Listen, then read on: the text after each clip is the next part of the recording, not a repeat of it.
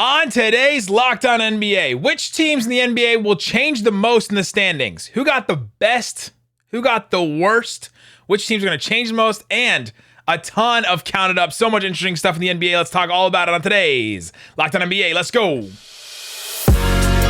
You are Locked On NBA, your daily NBA podcast. Part of the Locked On Podcast Network, your team every day. And welcome. You are Locked On to the NBA. My name is Nick Angstadt, host of the Locked On Mavericks podcast. Thanks for making Locked On NBA your first listen every day.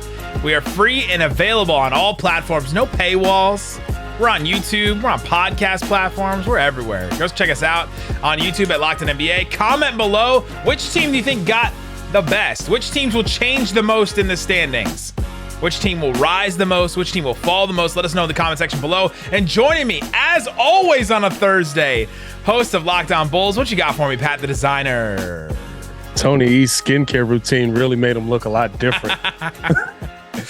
Dyed the hair, changed the background a little bit. Yeah, cameras and, a little bit smoother, not bad.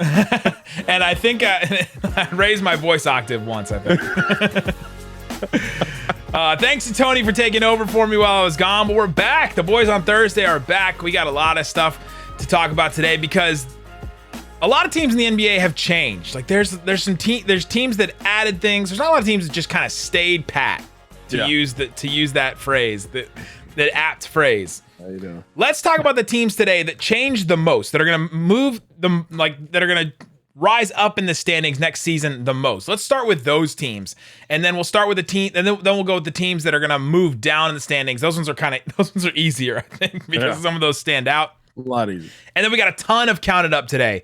Shaq had a really interesting comment about Kevin Durant, about being a leader. DeMar DeRozan, the 1 year anniversary of him being the worst move of the offseason. We'll talk about that. And Serge Ibaka shared a skincare routine. And there's just counted up always has the most interesting, fun things in the NBA that we'll count up later. Let's start with this. I have 5 teams in the NBA that I think will rise the most in the standings. Tell me if you're going to add any others, and then let's talk about and figure out which one of these is going to rise the most. Timberwolves, Clippers, Blazers, Hawks, Nuggets. Now that's 4 Western Conference teams, but I don't know if there's a team in the Eastern Conference besides the Hawks that added DeJounte Murray that are going to rise as much as some of these other teams. Am I missing any teams that you think are going to move up in the standings the most? I'd give you 2. One that for sure is interesting to me just based on health. The Cleveland Cavaliers, I think that they'll be a lot tougher this season. I mean, I guess the easy one to say is if you keep Kevin Durant and Kyrie together and they actually decide to play a season, that they might move up in the standings a little bit. Well, what's the phrase? If ifs was a fifth, then we'd all get drunk. We'd all be drunk. Yeah, if it was, we'd all be thinking the world was flat if we took that many. Yeah, basically. Yeah. The only other team, the Brooklyn's a fringe. We don't know what that is, right? I would say Cleveland, I think, is a team that definitely is a threat to move up. Really like what they have in Evan Mobley and the Jared Allen combination. I think Darius Garland's a real difference maker. I think they kind of got to figure out what Karis LeVert is on that team, and that might be their weakest link right now, but I think that they're a team that's definitely a threat to move up in the East as well. And my Western Conference team, dog, did you not say New Orleans? No love for New Orleans there? To move up the most. So I guess last year they were 36 and 46. Yeah. They're worse than I really thought that they were. That's a long way to go. That's a good one. I think they, if healthy now, right? Again, here we go. If was a fifth, we'd all be drunk. But if healthy, I think they're a top 5 team in the Western Conference because if healthy, they have a dude on their team that shoots above 60% from the field. And averages 28 points a game. You know what I mean? Like, so if healthy, oh, by the way, and we added CJ McCollum to him, who's like the target version of Dame Lillard, right? Like it's not the exact brand, but target version.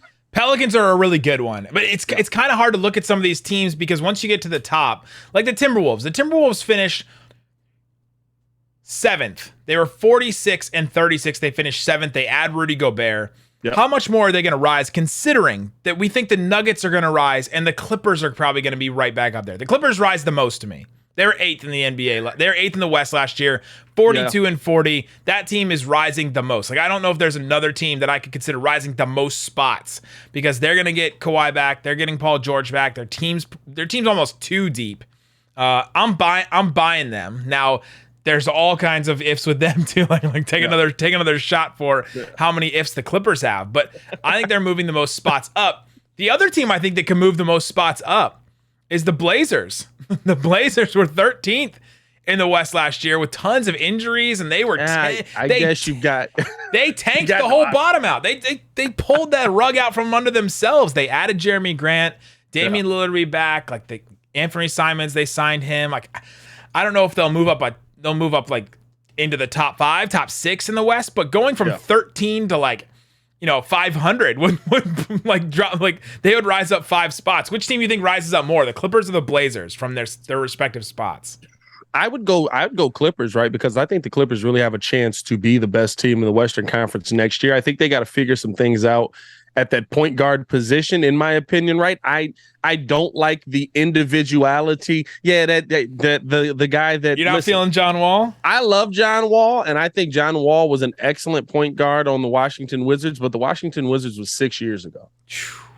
That's a long time ago. You know what I'm saying? Like, so for me, right, like John Wall, one, I wouldn't even mess with the chemistry, because you don't know if John Wall is going to remain healthy after all this time. I wouldn't even mess with the chemistry of what Reggie Jackson has going with Paul George already. But I think that's the biggest question mark among everything for me, right? Like, when we've seen Kawhi, PG, and a point guard be on the floor, and it just didn't look real fluid to me.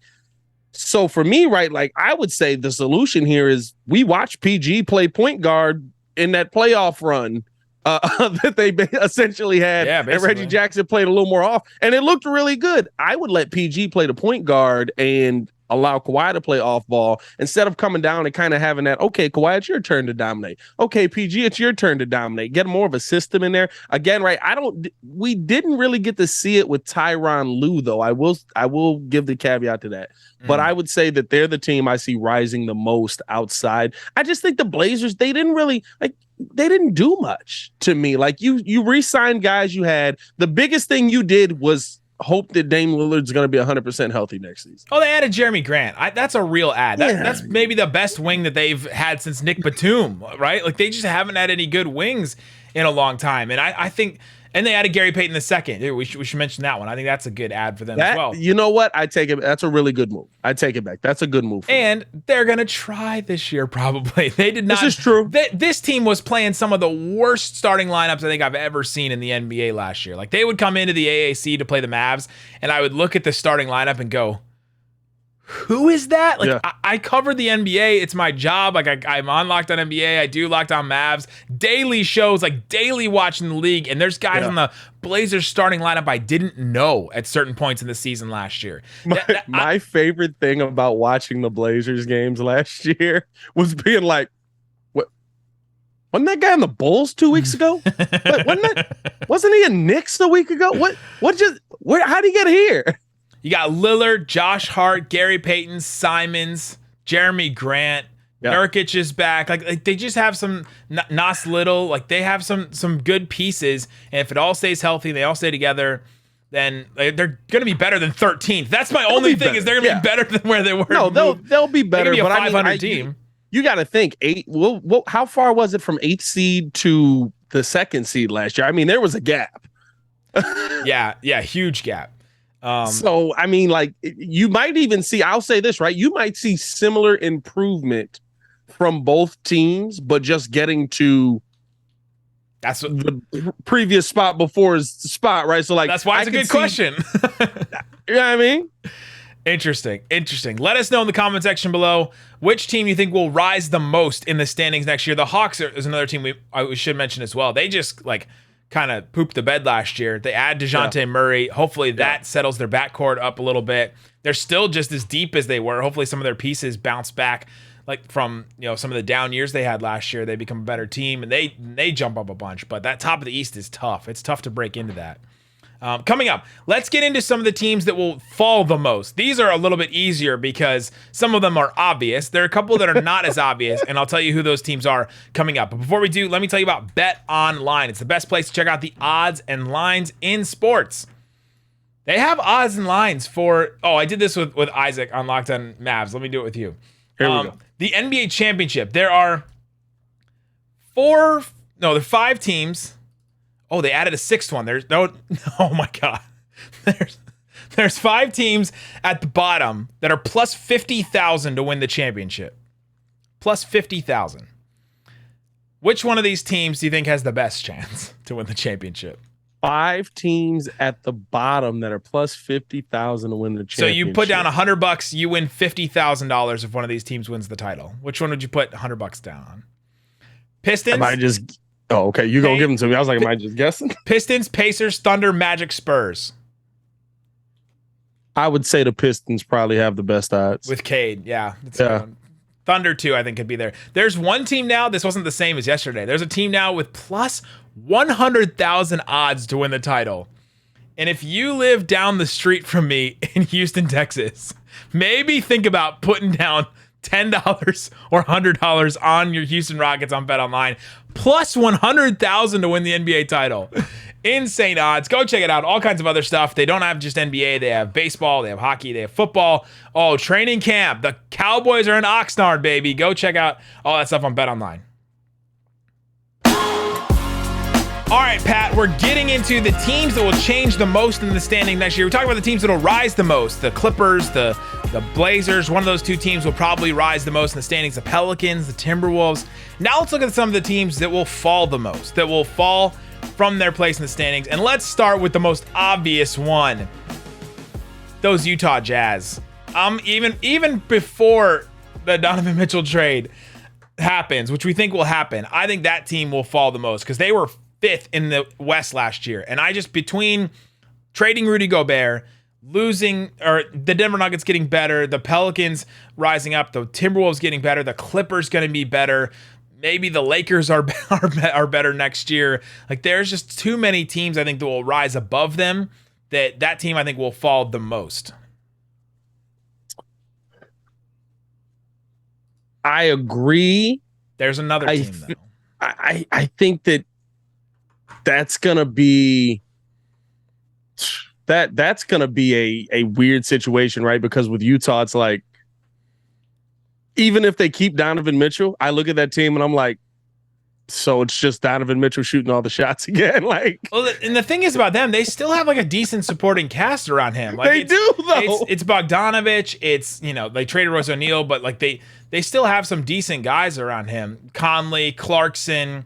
It's like it's okay. Here's my thing, right? I'm the weird guy in the group that I look at Donovan Mitchell's game and I say I wouldn't want that kind of guy on my team, because clearly he's not getting the rest of his team involved. We've seen that he doesn't pass the ball nearly enough. He's not about a team style game. And I think when you're trying to win the big one, right, you need more of that team style game. And I think that he's had players on his team that could have provided that for him. Granted, I don't know if being in Quinn Snyder's system is the reason that he was like that, right? He could be completely different in somebody else's system. But I just didn't feel good about that Utah Jazz team when you guys were playing them. Like, I looked at them and I was like, they're a playoff team because Rudy Gobert keeps blocking everybody's shots. I like how it's always Rudy Gobert is the reason they're going to lose in the playoffs, and now it's like Rudy Gobert is the reason why they're going to fall in the standings. Is what we talk about. The other team I think that will give them a run for their money, for the team that will fall the most, another team in Texas, the San Antonio Spurs. That team was 10th in the West last year, 34 wins. They trade DeJounte Murray. They don't get better at all. They don't add it really anything. They get younger. They get younger even.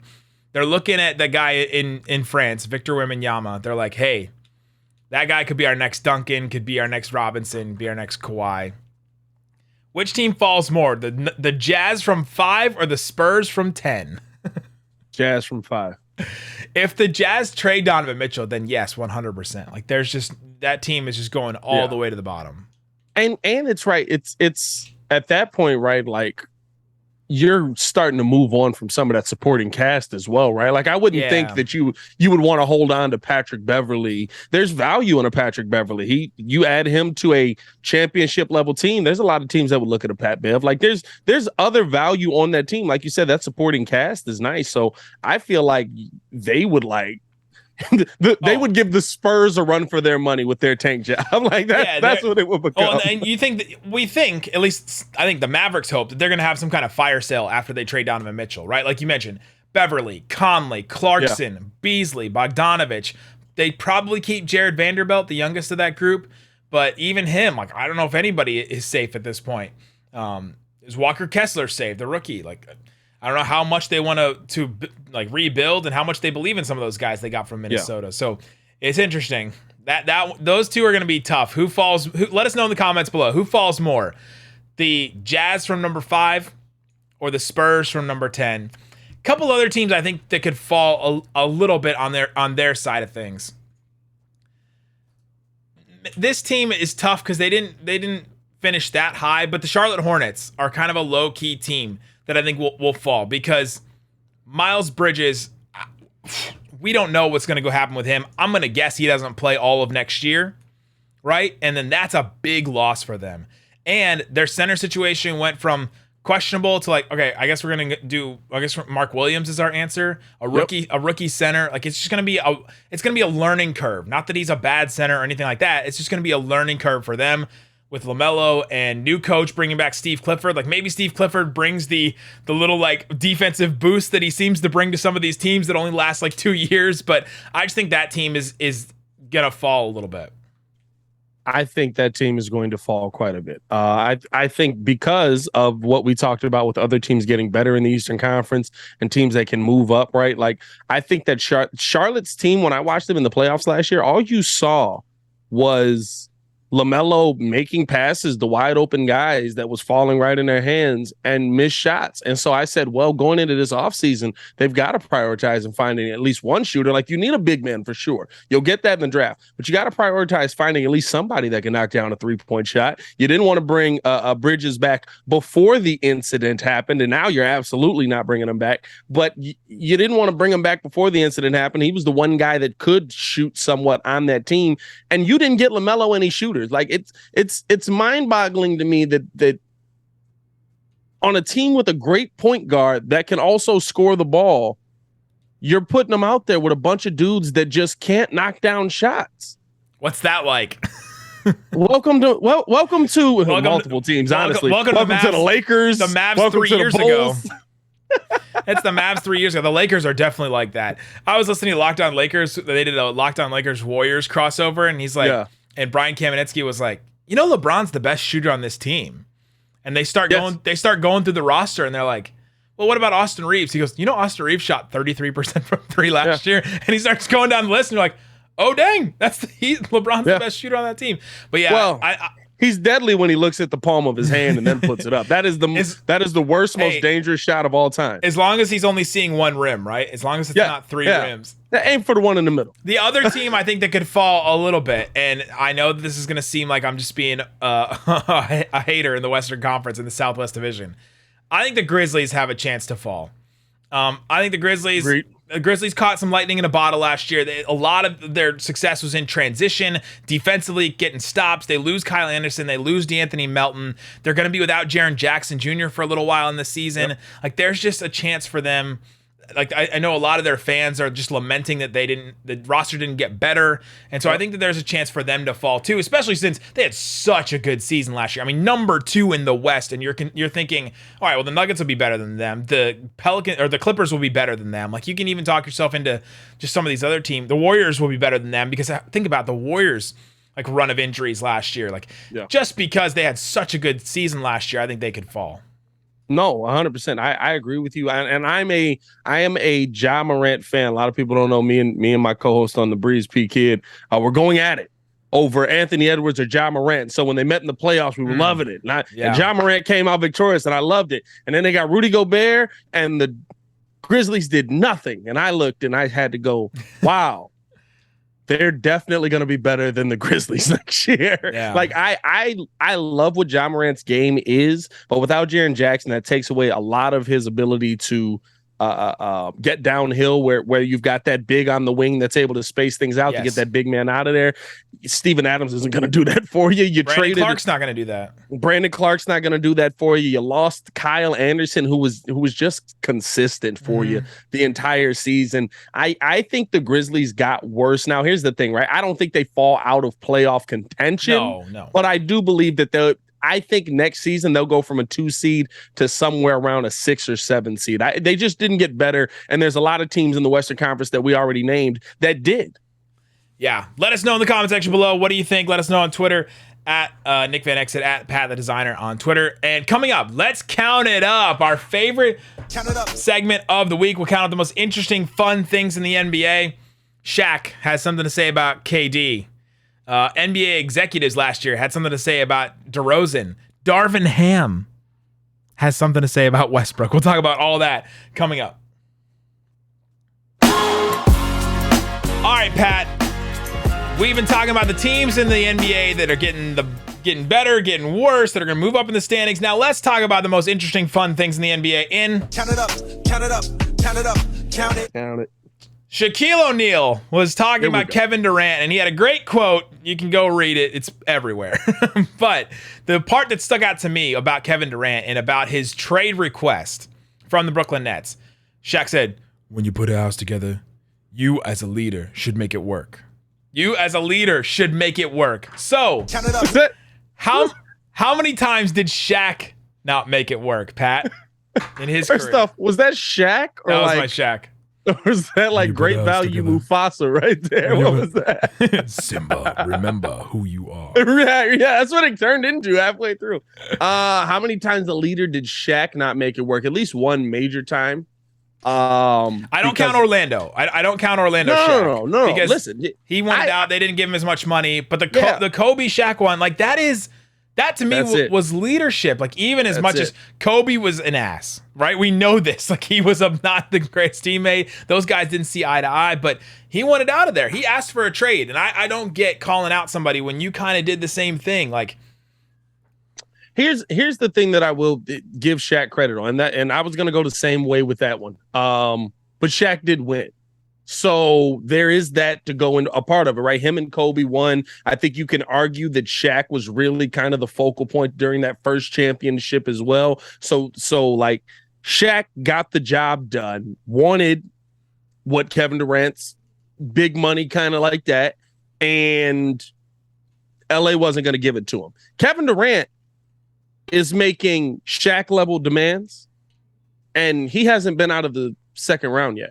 In Brooklyn. So yeah, you know what I mean? Like I get Shaq's point on it, but like at the same time, glass houses, don't go throwing stones out here, Shaq. Because I feel like that. Like if I'm wrong, but I feel like that Shaq and Kobe team is the only team that I ever looked at and was like, yeah, they might pass Mike. They might get 7 or 8 rings. Like I really believe that they had that opportunity. Also, Shaq played 8 seasons with the Lakers. He won 3 titles there. They went to another finals. Like he put in some time there. It's not like he was KD. And so I get that part of it, but it's a similar situation where it's talking about leadership and a teammate you don't like and like all this stuff.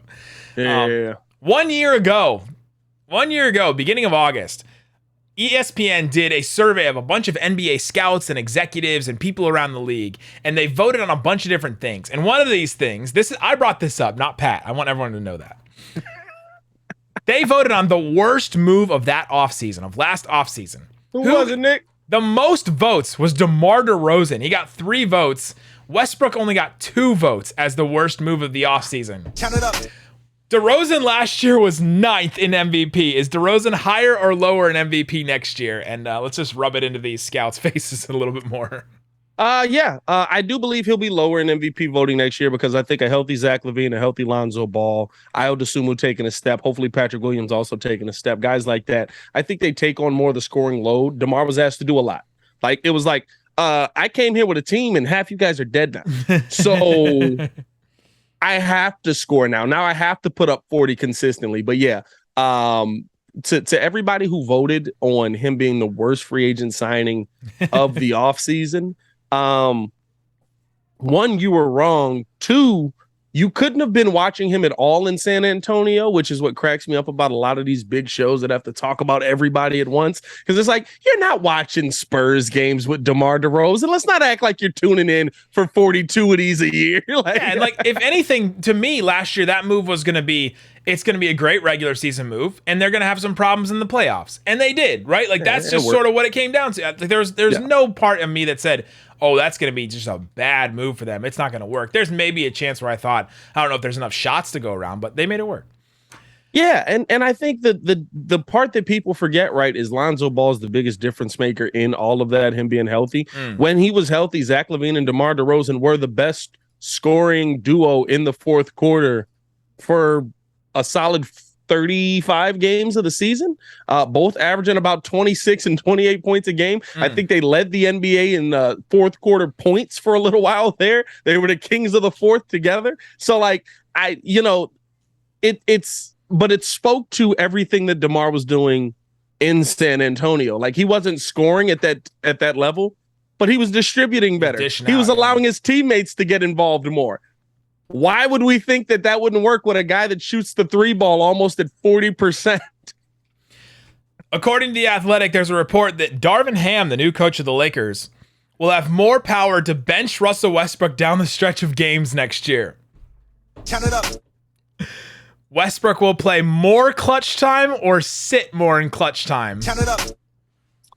I'm gonna say play more in clutch time. I think they've added some really nice, to me, role player pieces to kind of make that team more of what that team needs. Now, LeBron will still have the ball in his hand majority of the time, which will make Russ an off-ball player, which is terrible. And I don't agree with that. Like, I don't agree with that, but I do believe that Russell Westbrook still brings a value to the game, and I think that with players that are more fit to his style, he'll be able to find some time to play in those clutch moments, even if it's just right. Like, LeBron's playing at the 4 in this moment because we want to go with a small ball lineup. And so, Russ, we're going to put you out here with 3 other guys that actually can shoot the ball, and you just facilitate it. Please don't take that bank shot. I thought you'd take the bait, and I thought you'd go with he would sit more in clutch time. But look at the rest of this Lakers team. I mean, who else are they going to play in some of these games? There are games when Westbrook is playing, decent, putting up numbers and can drive past guys and still contribute. Like some of these other Lakers guys. Is Kendrick Nunn ever going to play? There's a report today that he still hasn't been cleared for 5-on-5 basketball activities. Like, I don't know if that guy's ever going to play again. Like, I believe he's got the same injury as Lonzo Ball, so it didn't make me feel better. Yeah. Jeez. So, but Darvin Ham, he's going to sit him more. So we'll see the first time that happens. That's going to be Darvin Ham's going to be playing again. That's going to be a big deal.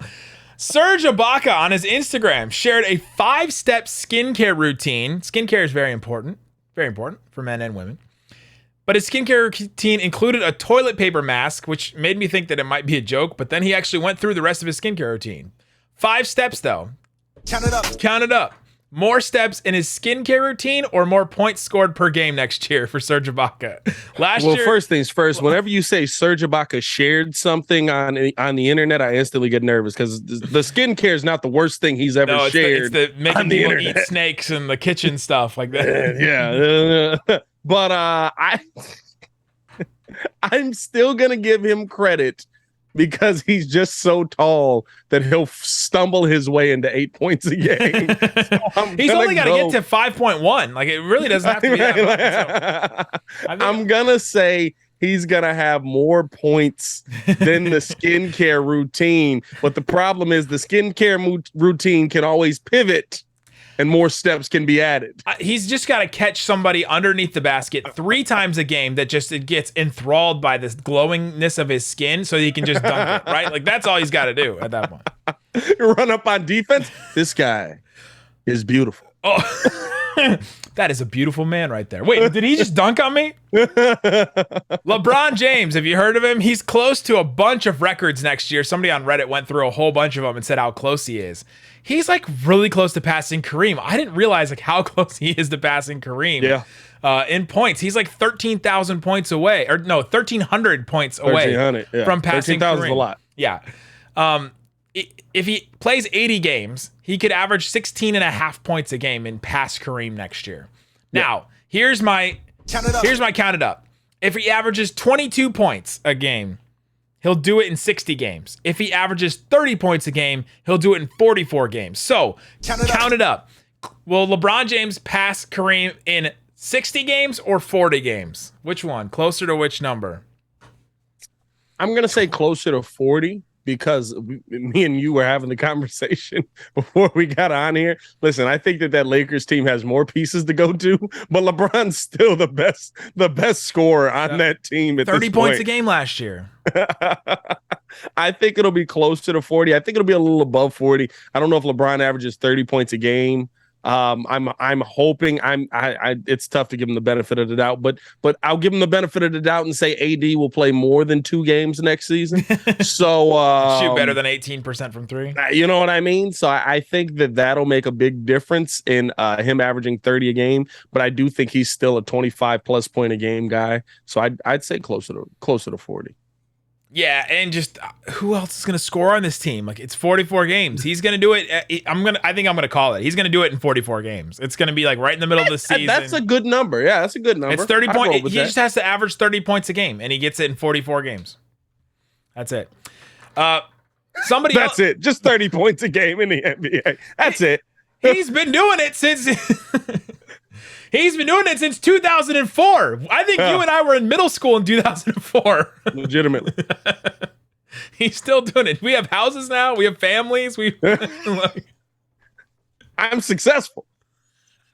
2004, me watching LeBron would have never thought I'd be successful. Look at this. Printing out like players' pictures because I was like ranking them on and printing them out. Like that's what I was doing back in 2000. Were you the cutout guy? I was the cutout guy. I'd try to like cut it out perfectly so that you could like stick it on the wall. Like from ESPN magazine, you would cut it out? Yeah, I was the cutout guy. It wasn't the sad part was it was like Bulls players, so it's just like Ben Gordon and Kirk Heinrich in those very baggy shorts that they were wearing back in the day. It was a sad time for me. Last one here. Somebody else on Reddit posed this question. I thought it was so good. Peak Dwight Howard or Joel Embiid right now? Who would you rather have? Count it up. Right now, though? Right now in today's NBA. Right now, give me Joel Embiid because Joel Embiid fits today's NBA. So that's an easy one for today's NBA, right? Like Dwight Howard in his prime couldn't make a shot outside of 5 feet. But Dwight is Rudy Gobert that can catch. Yeah, but like you're also, I'm assuming the rest of the team's coming with him. Like, can I give him Rondo in his prime as well, or do I got to give him Jameer Nelson? Like that's a difference. We do not besearch Jameer Nelson on this podcast. Led the Dallas Mavericks to the #1 offense before the Rondo trade. Like, come on.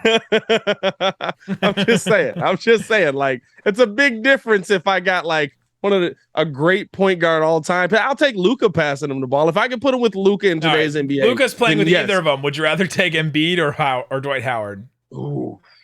I might take Dwight just because Luka would be freaky in that pick and roll. And I think Dwight's a better defender. Like Joel's really good, but I think Dwight's just an all-time defender back there.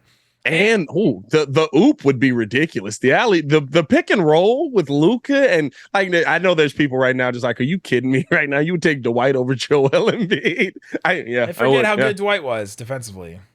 He only went to a finals. Joel Embiid hasn't done that yet. There you go. That's Locked On NBA. Guys, go make your second listen Locked On Bulls. What are you guys talking about this week? Oh, man. We got into breaking down. The Bulls have already started running 5-on-5s together. Oh, get that chemistry in the offseason. What does it mean? Hey. Technically, you're not supposed to. Billy Donovan's there too. So like, no plays are getting run, but run number 6. Run number 6. It's a pro-am. It's a pro-am. Locked On Mavs as well. We've been doing a bunch of what ifs. We've been talking about what the Mavs are going to look like next year. There's all kinds of good stuff on Locked On Mavs. Go check it out. Guys, thanks so much for listening to Locked On NBA. Boom!